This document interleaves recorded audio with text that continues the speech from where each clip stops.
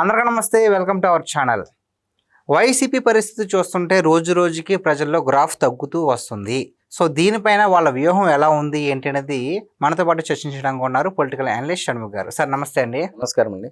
ఎప్పుడైతే వైసీపీ 2024 ఎన్నికల్లో ఘోర పరాజయం పొందిందో అప్పటి నుంచి కూడా వైసీపీ కలిసి రావట్లేదు అనేది మనం అనుకోవచ్చు. ఎందుకు అంటే ఉప ఎన్నికల్లో కూడా వాళ్ళు ఓడిపోవడం జరిగింది, పులివెందులు నిర్వహించినటువంటి. సో దాని తర్వాత ఇప్పుడు కొన్ని కుటుంబాలు అయితే టీడీపీలోకి చేరిపోయాయి. సో ఇంతలాగా గ్రాఫ్ తగ్గుతూ వస్తుంది కదా, మరి దీనికి వాళ్ళు ఏ విధమైన చర్యలు తీసుకోబోతున్నారు?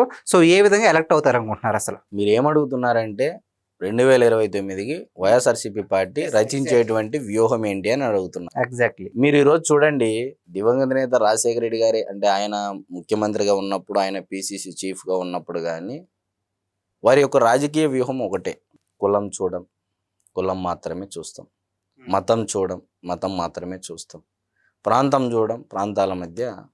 సో మీరు చూస్తే జగన్మోహన్ రెడ్డి గారు కులం చూడం, మతం చూడం, ప్రాంతం చూడం, రాజకీయాలు చేయం, రాజకీయాలు చూడం అని చెప్పేసి అన్నారు.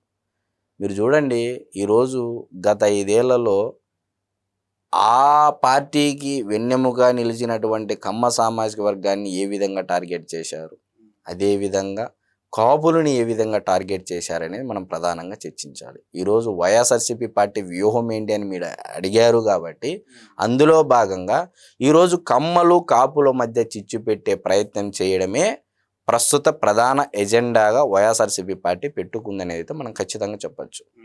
ఎందుకంటే మీరు చూడండి, వైఎస్ఆర్సీపీ పార్టీలో ఈరోజు కమ్మ సామాజిక వర్గానికి సంబంధించినటువంటి నేతలు, రాజకీయ నేతలు మనోవేదనకు, ఆవేదనకు గురవుతూ ఉన్నారు. ఒకవైపు లోకేష్ గారి టార్గెట్కు గురవుతూ ఉన్నారు. మీరు చూడండి, కొడాలి నాని గారు, వల్లభనేని వంశీ గారు, మరి అదేవిధంగా కరణం బలరాం గారు, మరి అబ్బయ్య చౌదరి గారు, మరి ఇట్లా చాలామంది కేసినేని నాని గారు, మరి ఇట్లా చెప్పుకుంటూ పోతే వీళ్ళందరూ ఒకప్పుడు తెలుగుదేశం పార్టీలో ఉన్నప్పుడు మాస్ లీడర్స్. కొడాలి నాని గారు, వల్లభనేని వంశీ గారు మరి అంతకు మునుపు ఎప్పుడు వ్యక్తిగత దాడులు ఎప్పుడు చేయలేదు. ఫస్ట్ టైం జగన్మోహన్ రెడ్డి గారు ఆ సామాజిక వర్గాన్ని, ఆ సామాజిక వర్గం వారి చేతే తిట్టించాలనే ఒక కొత్త సంస్కృతికి నాంది పలకడం జరిగింది 1924 మధ్య కాలంలో. ఈరోజు మీరు చూడండి, కొడాలి నాని గారు ఏమేమి మాట్లాడారో రాష్ట్ర ప్రజలందరూ చూశారు. నాకు తెలిసి అంతకు మించి బూతులు కానీ, అంతకు మించి నీచమైనటువంటి మాటలు కానీ మనం ఏ రాజకీయ నాయకుడు నోటుకుండా కూడా వినిండం. సో ఈరోజు నిజంగా జగన్మోహన్ రెడ్డి గారు రాజకీయాలలో హుందాతనంగా ప్రవర్తించాలనుకున్నప్పుడు డెఫినెట్గా ఖండించాల్సి ఉంటుంది. ఒక బాధ్యత గల రాజకీయ నాయకుడు, ఒక పార్టీకి అధినేత, మరి అటువంటి వ్యక్తి ఆయన మాట్లాడుతున్నప్పటికీ ఖండించకపోగా అసెంబ్లీలో వికటాట్టహాసం నవ్వడము మనమందరం చూసాం. జగన్మోహన్ రెడ్డి గారు కూడా నవ్వడం అంటే ఆనందంగా ఆయన అదేదో ఒక ఎంటర్టైన్మెంట్ లాగా ఫీల్ అవ్వడం జరిగింది. మరి ఈరోజు రాష్ట్ర ప్రజలు కావాల్సిందేది అసెంబ్లీలో ప్రజల సమస్యల గురించి మాట్లాడడం కావాలి. మరి అదే ప్రజల దేవాలయంలో ఏమేం మాట్లాడారో, వల్లభనేని వంశీ గారు ఏం మాట్లాడారు, కొడాలి నాని గారు ఏం మాట్లాడారు అనేది రాష్ట్ర ప్రజలందరూ చూశారు. యావత్ కమ్మ సామాజిక వర్గం చీత్కరించింది వాళ్ళిద్దరిని. రాజకీయాల కోసం మరి ఇంత దిగజారాలనా అని చెప్పేసి లాస్ట్కు కమ్మ సామాజిక వర్గం కూడా చాలామంది పెళ్ళిళ్ళకు కానీ, ఆహ్వానాలు కానీ, ఏదన్నా ఫంక్షన్లకు కానీ పిలవడం కూడా చాలా తగ్గించేశారు కొడాలి నాని గారిని, వల్లభనేని వంశీ గారిని. వంశీ గారు అయితే ఏకంగా ఈరోజు జైలుకి వెళ్ళి కూడా రావడం జరిగింది. మరి కొడాలి నాని గారు ఇంకా వెయిటింగ్ లిస్ట్లో ఉన్నారు. మరి ఈరోజు కరణం బలరాం గారు ఉమ్మడి ప్రకాశం జిల్లాలో ఒకప్పుడు చక్రం తిప్పినటువంటి రాజకీయ నాయకుడు అని చెప్పేసి పేరు అక్కడ కార్యకర్తల్లో. మరి ఈరోజు ఆయన వైఎస్ఆర్సీపీ పార్టీకి వెళ్ళిన తర్వాత ఈరోజు ఆయన పరిస్థితి ఏంది? కొరకరా అంటే ఎటు రెండిటికి చెడ్డ రేవడిలాగా ఆయన యొక్క రాజకీయ భవిష్యత్తు అనేది ఉంది అనేది అయితే మనం ఖచ్చితంగా చూద్దాం. పెద్దగా ఆయన పేరు కూడా వినిపించట్లేదు కూడా. రీసెంట్గా కూడా ఆయన జనసేనలోకి వెళ్తున్నారని మీరు చూడండి, ఆయన 2-3 సార్లు పిలిపించడం జరిగింది జగన్మోహన్ రెడ్డి గారు.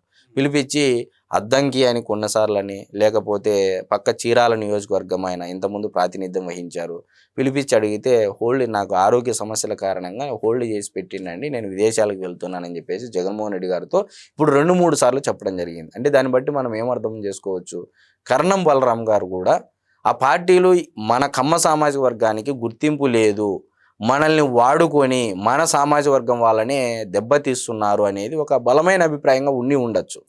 సో ఈరోజు అబ్బాయి చౌదరి గారు, మొన్న కూడా రీసెంట్గా జగన్మోహన్ రెడ్డి గారు కొడాలి నాని గారిని, వల్లభనేని వంశీ గారిని, అబ్బాయి చౌదరి గారిని, కరణం బలరాం గారిని, కేశినేని నాని గారిని అందరినీ ఒక్కొక్కరిని పిలిపించి క్లాస్ పీకడం జరిగిందని చెప్పేసి మనము కథనాలు కూడా విన్నాం, చూసాము, వార్తాపత్రికల్లో కూడా చూసాం.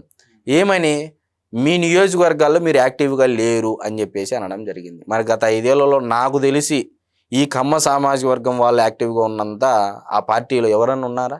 రోజు మీడియాలో వీళ్ళే కనపడేవాళ్ళు. ఈరోజు మీరు చూడండి, కాపులు, ఇప్పుడు కమ్మ సామాజిక వర్గం అయితే ఖచ్చితంగా నేతల్లో ఆవేదన, మనోవేదన ఉంది. ఈ పార్టీలో మనకు చిన్న చూపే ఉంటుంది.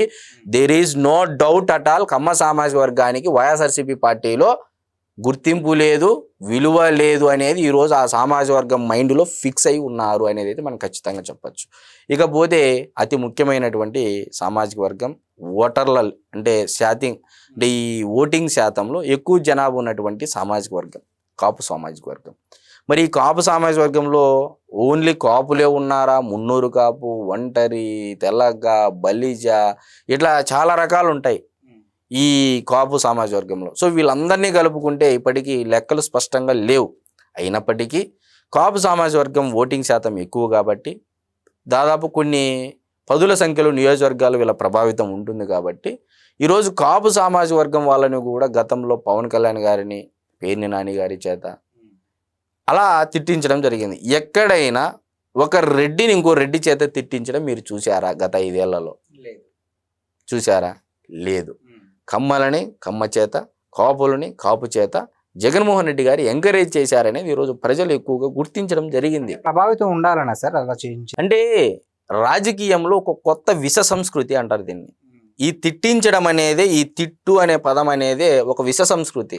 ఈరోజు వీళ్ళు ఏమంటున్నారు, జగన్మోహన్ రెడ్డి గారు వాళ్ళు అదంటున్నారు, ఇది అంటున్నారు. ఒకానొక టైంలో తెలుగుదేశం పార్టీ మహానాడు సభావేదిక పైన ఒక కార్యకర్త ఆవేశంతో మాట్లాడితే, జగన్మోహన్ రెడ్డి గారిని ఉద్దేశించి మాట్లాడితే, వ్యక్తిగతంగా పోవద్దన్నమ్మా అని చెప్పేసి ఆన్ ది స్పాట్ మందలించి, ఏదన్నా ఉంటే మన పార్టీ పాలసీలు, ఎజెండా, లేకపోతే మనం ముందుకు వెళ్ళేటువంటి తీరు పైన మాట్లాడండి, వ్యక్తిగత ఆరోపణలు వద్దని చెప్పేసి అప్పటికప్పుడే నారా చంద్రబాబు నాయుడు గారు ఖండించడం జరిగింది. ఇప్పుడు జగన్మోహన్ రెడ్డి గారి ద్వారా, అంటే ఆయన నోటిగున్న మనము ఇలాంటి పదాలు విన్నామా గత 5 ఏళ్లలో? 420 అంటారు. అసలు ఎన్ని మాటలు మాట్లాడాలో కొడాలి నాని గారు అన్ని మాట్లాడేశారు. ఈరోజు ఆయన ఎక్కడన్నా కనపడుతున్నారా? అంటే ఇప్పుడు బలమైనటువంటి సామాజిక వర్గం, కమ్మ సామాజిక వర్గంలో మాస్ లీడర్గా ఇమేజ్ తెచ్చుకున్నటువంటి తెలుగుదేశం పార్టీలో ఉన్నప్పుడు కొడాలి నాని గారు ఎట్లుండేవారు, వైఎస్ఆర్సీపీ పార్టీకి వచ్చిన తర్వాత కొడాలి నాని గారు ఏ విధంగా ఉన్నారు? వల్లభనేని వంశీ గారు తెలుగుదేశం పార్టీలో ఉన్నప్పుడు ఆయనకి యాక్చువల్గా టికెట్ కూడా లేదండి. కానీ అప్పట్లో ఆ నియోజకవర్గం, గన్నవరం నియోజకవర్గంలో ఉన్నటువంటి సీనియర్ నేతలను చంద్రబాబు నాయుడు గారు ఒప్పించి వల్లభనేని వంశీ గారికి టికెట్ ఇవ్వడం జరిగింది. టికెట్ ఇచ్చి ఎంకరేజ్ చేసి పార్టీ అండగా ఉంటే ఆయన తిన్నింటి వాసాలు లెక్క పెట్టడం అంటారు. ఇప్పుడు రాజకీయంగా నువ్వు ఒక పార్టీ మారితే రాజకీయ ఆరోపణలు చేయి, ఎవరు కాదనరు. కానీ ఈరోజు ఒక మహిళను, సాక్షాత్తు స్వర్గీయ నందమూరి తారక రామారావు గారి కుమార్తె గురించి అలా మాట్లాడడం అనేది యావత్ తెలుగు ప్రజానీకం, కులాలకు అతీతంగా, మతాలకు అతీతంగా, ప్రాంతాలకు అతీతంగా అందరూ తలదించుకునే విధంగా ఆయన మాట్లాడడం జరిగింది. ఇది భావించారు ప్రజలు. అందులోనే ఆవిడ రాజకీయాల్లో కూడా లేరు. రాజకీయాల్లో లేని ఆమె గురించి ఈరోజు అలా మాట్లాడడం అనేది రాష్ట్ర ప్రజానీకం అంతా ఒకంత మనసులోకి తీసుకోవడం జరిగింది. కాబట్టి సార్వత్రిక ఎన్నికల్లో మనం చూసాం 24 ఎన్నికల్లో. సో ఇప్పుడు ఖచ్చితంగా నేను ఇంత మాటలు చెప్పిన దాంట్లో మీకు అర్థమైంది ఏంది? కమ్మల మధ్య, కాపుల మధ్య విడదీస్తేనే వైఎస్ఆర్సీపీ పార్టీ యొక్క మనుగడ ఉంటుంది అనేది ఇప్పుడు వాళ్ళ ముందున్నటువంటి ఎజెండా. మరి ఈ వ్యూహంలో భాగంగా ఏ విధంగా కమ్మలని, కాపుల్ని మనం టార్గెట్ చేయాలి? ఇప్పుడు మీరు చూడండి, కమ్మ సామాజిక వర్గానికి సంబంధించినటువంటి బలమైన నేతలను ఆ పార్టీలోకి ఆహ్వానించి వాళ్ళ చేత బూతులు తిట్టించి సమాజంలో చీత్కరించుకునే విధంగా వాళ్ళతో పనులు చేపించుకొని వాళ్ళని రెండిటికి చెడ్డ రేవడలుగా మార్చడం. ఫర్ ఎగ్జాంపుల్ కొడాలి నాని గారు, వల్లభనేని వంశీ గారు, కేశినేని నాని గారు, కరణం బలరాం గారు, అబ్బాయి చౌదరి గారు. ఎలా ఉంది ఈరోజు వాళ్ళ పరిస్థితి? ఆ పార్టీలో వాళ్ళు ఒక మాట చెప్తే పని అయిపోతుందా? మీరు చెప్పండి. లేదు. కొంతమంది పేర్లు వినిపించినా కూడా వినిపించట్లేదు. అంటే ఈరోజు మీరు చూడండి, ఇది ఒక వైపు. ఇప్పుడు కాపుల్ని ఇప్పుడు వంగవీటి రంగా గారి యొక్క కుమార్తె, వంగవీటి రాధా గారి యొక్క సోదరైనటువంటి ఆశా కిరణ్ గారిని కూడా ఇప్పుడు ఫ్రంట్ రాజకీయాల్లోకి తేవాలని చెప్పేసి వైఎస్ఆర్సీపీ పార్టీ ప్రొడక్టే అని చెప్పేసి చాలా యూట్యూబ్ ఛానల్లో కూడా మనం చూసాం.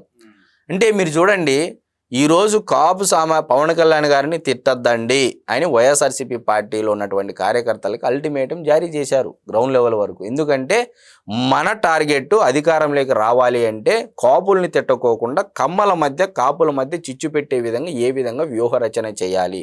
దీనికి ఆయా పార్టీల నుంచి ఆయా పార్టీ సోషల్ మీడియాలో పనిచేస్తున్నటువంటి వారిని ఎర్రవేసి వీళ్ళందరినీ లాగేసి వీళ్ళ చేతే ఆ పార్టీలను తిట్టిస్తే ఇప్పుడున్నటువంటి కూటమి ప్రభుత్వం యొక్క గ్రాఫ్ తగ్గిపోతా ఉందని ప్రజల్లో ఒక అభూత కల్పన క్రియేట్ చేసేందుకు ఇప్పుడు ప్రజెంట్ ఎజెండాగా పెట్టుకుంది. సో ఎలక్షన్లు వచ్చే నాటికి సమీకరణాలు డెఫినెట్గా మారుతాయి, దాంట్లో నో డౌట్ ఆల్. ఒకవైపు పవన్ కళ్యాణ్ గారు స్పష్టంగా కూర్చోవడం జరిగింది, 15 సంవత్సరాలు మాకు అవకాశం ఇవ్వండి, దేశంలో నెంబర్ 1 పొజిషన్లో రాష్ట్రాన్ని కూర్చోబెడతామని. ఇప్పటికే సిఐఐ సమ్మిట్ ద్వారా మనకు తెలిసినటువంటి వాస్తవాలు ఈరోజు విజయసాయి రెడ్డి గారి ట్వీట్ చేయడం జరిగింది. అనుకున్నది అనుకున్నట్లు గ్రౌండింగ్ జరిగితే ఆంధ్రప్రదేశ్ రాష్ట్ర దిశ మార్చేటువంటి సమ్మిట్ 25 సమ్మిట్ అని చెప్పేసి ఆయన ట్వీట్ చేయడం జరిగింది. కాబట్టి కమ్మలు కాపులు ఒకటయ్యారు. ఇంకా ఎన్ని క్రియేట్ చేసినా కూడా కమ్మలు కాపులు వేరు కారు అనేది ఈరోజు కమ్మలు కాపులు బలంగా నాటుకొని ఉందైతే మనం ఖచ్చితంగా చెప్పచ్చు. ఎవరి మాటల సాక్షిగా? పేర్ని నాని గారి మాటల సాక్షిగా మనం చెప్పచ్చు. అంటే ఒకసారి వేసిన ప్లాన్ అన్నిసార్లు వర్కౌట్ అవుద్దని మనం అనుకోలేం, ఎందుకంటే పరిస్థితులు మారుతూ ఉంటాయి. సో ఇదే ప్లాన్ని జగన్మోహన్ రెడ్డి గారు ముందు కూడా ఇంప్లిమెంట్ చేశారు.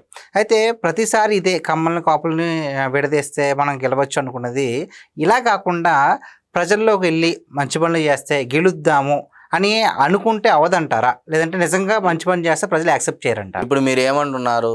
కులం కులం కాకోకుండా, మతం కాకోకుండా, ప్రాంతం కాకోకుండా వేరే ఏ అంశాలపైన జగన్మోహన్ రెడ్డి గారు ప్రజల్లోకి వెళ్ళి అధికారంలోకి రావాలి అనే అవకాశం ఆయనకు ఆలోచన ఉండదని చెప్పేసి మీరు అడుగుతున్నారు. మరి మీరు చూడండి, ఈరోజు ఫీజు రియంబర్స్మెంట్, ఫీజు 4 కార్యక్రమమే తీసుకున్నారు. కూటమి ప్రభుత్వం కాలేజీ యాజమాన్యాలతో కూర్చొని వాళ్ళ అసోసియేషన్ సభ్యులతో మాట్లాడి విడతల వారికి మేము డబ్బులు చెల్లిస్తామని చెప్పేసి ఇప్పటిదాకా 1000 కోట్లకు అంటే 1500 కోట్లకు పైగా నిధులు చెల్లించడం జరిగింది 2-3 విడతల్లో. అంటే ఫీజు 4 కార్యక్రమం కూడా వైఎస్ఆర్సీపీ పార్టీ 5 సార్లు వాయిదా వేసింది. లేదు. ఈరోజు పింఛన్ల పంపిణీ, సామాజిక భద్రతా పింఛన్ల పంపిణీ దేశంలో ఇప్పటికీ 17 నెలల కాల వ్యవధి కాలానికి గాను 50,763 కోట్ల రూపాయలు కేవలం పింఛన్ల పంపిణీకి కూటమి ప్రభుత్వం కేటాయించడం జరిగింది. అంటే the big DBT scheme in the country, దీన్ని మనం అభివర్ణించవచ్చండి.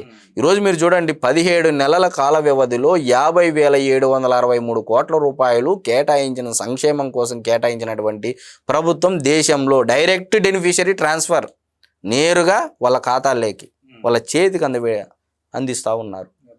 సో ఏ అంశం పైన జగన్మోహన్ రెడ్డి గారు పోరాటం చేస్తున్నారు కూటమి ప్రభుత్వం, ఎక్కడ ఛాన్స్ ఇవ్వట్లేదు. ఇప్పుడు వాళ్ళు ఏమంటున్నారు? పంటలకి గిట్టుబాటు ధర లేదంటున్నారు, అది అంటున్నారు, ఇది అంటున్నారు. రైతులకు 2 విడతల్లో పడిపోయింది 7,000. మొంతా తుఫాన్ యొక్క నష్టపరిహారం కోసం ఈరోజు లోకేష్ గారు ఢిల్లీకి వెళ్ళడం జరిగింది, అమిత్ షా గారిని కలిశారు, కేంద్ర వ్యవసాయ శాఖ మంత్రి శివరాజ్ సింగ్ చౌహాన్ గారిని కలవడం జరిగింది.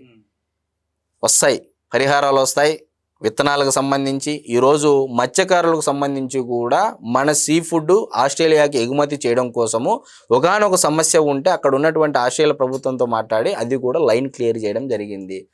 నాకు తెలిసి వైఎస్ఆర్సీపీ పార్టీ పాలసీల పరంగా, సంక్షేమ పరంగా, ప్రజలకు అందిస్తున్నటువంటి కార్యక్రమాల పరంగా డిఫెండ్ చేసుకోలేకపోతా ఉంది కూటమి ప్రభుత్వంతో. అందులో భాగంగా కులం, మతం, ప్రాంతం. ఈరోజు మీరు చూడండి, గత 5 ఏళ్లలో గ్రేటర్ రాయలసీమ అన్న ఒక నాయకుడు కనపడ్డు, దళితులకు అన్యాయం జరుగుతుందని చెప్పేసి అన్నటువంటి నాయకుడు ఒకడు కనపడ్డు, లేకపోతే ఈ రైతుకు అన్యాయం జరుగుతుంది, ఆ రైతు మేధావుల ఫోరం అధ్యక్షులు ఒకే సామాజిక వర్గం వాళ్ళే, రైతు సంఘం అధ్యక్షులు ఒకే సామాజిక వర్గం వాళ్ళే. అంటే గత 5 ఏళ్లలో జగన్మోహన్ రెడ్డి గారు ముఖ్యమంత్రిగా ఉన్నప్పుడు వీళ్ళెవరూ రారు బయటికి. జగన్మోహన్ రెడ్డి గారు ఎప్పుడైతే అధికారంలో దిగిపోతారో వీళ్ళంతా వస్తారు. మా రాయలసీమకు అన్యాయం జరుగుతుందని ఒక ఆయన అంటాడు, లేకపోతే మా రాయలసీమలో రైతులకు అన్యాయం జరుగుతుందని చెప్పేసి ఒక ఆయన అంటాడు. అంటే న్యూట్రల్ ముసుగులో వివిధ సంఘాలు పెట్టుకుండేది, ఫోరములు పెట్టుకుండేది, దానికి అధ్యక్షుల పేర్లు పెట్టుకుండేది. వీళ్ళంతా కొత్తగా పుట్టుకొని వచ్చేసి ఒక్కసారిగా చంద్రబాబు నాయుడు గారు అధికారంలోకి రాగానే తట్ట గరిట పట్టుకొని ముద్రగడ పద్మనాభం గారు ఏ విధంగా అయితే వస్తారో అదే తరహాలో కొత్త తరహాలు వీళ్ళంతా పుట్టుకొని వచ్చి జరుగుతూ ఉంది. ఇది నిరంతర ప్రక్రియ. దిస్ ఈజ్ వాస్తవం అధ్యక్ష అని చెప్పేసి ఈరోజు రాష్ట్రంలో ఉన్నటువంటి ప్రతి ఒక్క పౌరుడు అనుకునేటువంటి పరిస్థితి వచ్చేసింది. సో అల్టిమేట్గా నేను చెప్పేది ఏంది, కమ్మోలు కాపులు యునైటెడ్గా వెళ్ళిపోయారు. ఇది ఎవరు ఎంత చిచ్చు పెట్టినా ఇది నేను చెప్పేటువంటి మాటలు కాదు, పేర్ని నాని గారే చెప్పడం జరిగింది ఒకానొక ఇంటర్వ్యూలో. మోడీ గారే వచ్చి చిచ్చు పెట్టినా కమ్మలు కాపుల మధ్య ఈరోజు విడిపోరు. చంద్రబాబు నాయుడు గారు పవన్ కళ్యాణ్ గారు అంటే కమ్మ కాపే కదా, మరి వాళ్ళిద్దరిని విడదీయలేరంటే కమ్మల్ని కాపులు వేరు చేయలేరనే కదా. సో అల్టిమేట్గా మోడీ గారు వచ్చి విడదీసినా కూడా ఈరోజు కమ్మలు కాపులు కలిసిపోయారు. కాబట్టి వాళ్ళని విడదీయడం అసాధ్యం. దీని మీద మనము చర్చ పెట్టినా లేకపోతే మనము దీని మీద వ్యూహం వేసినా అది వ్యర్థమే అని చెప్పేసి పేర్ని నాని గారు ఒకానొక ఇంటర్వ్యూలో చెప్పడం జరిగింది. Thank you. నమస్కారం.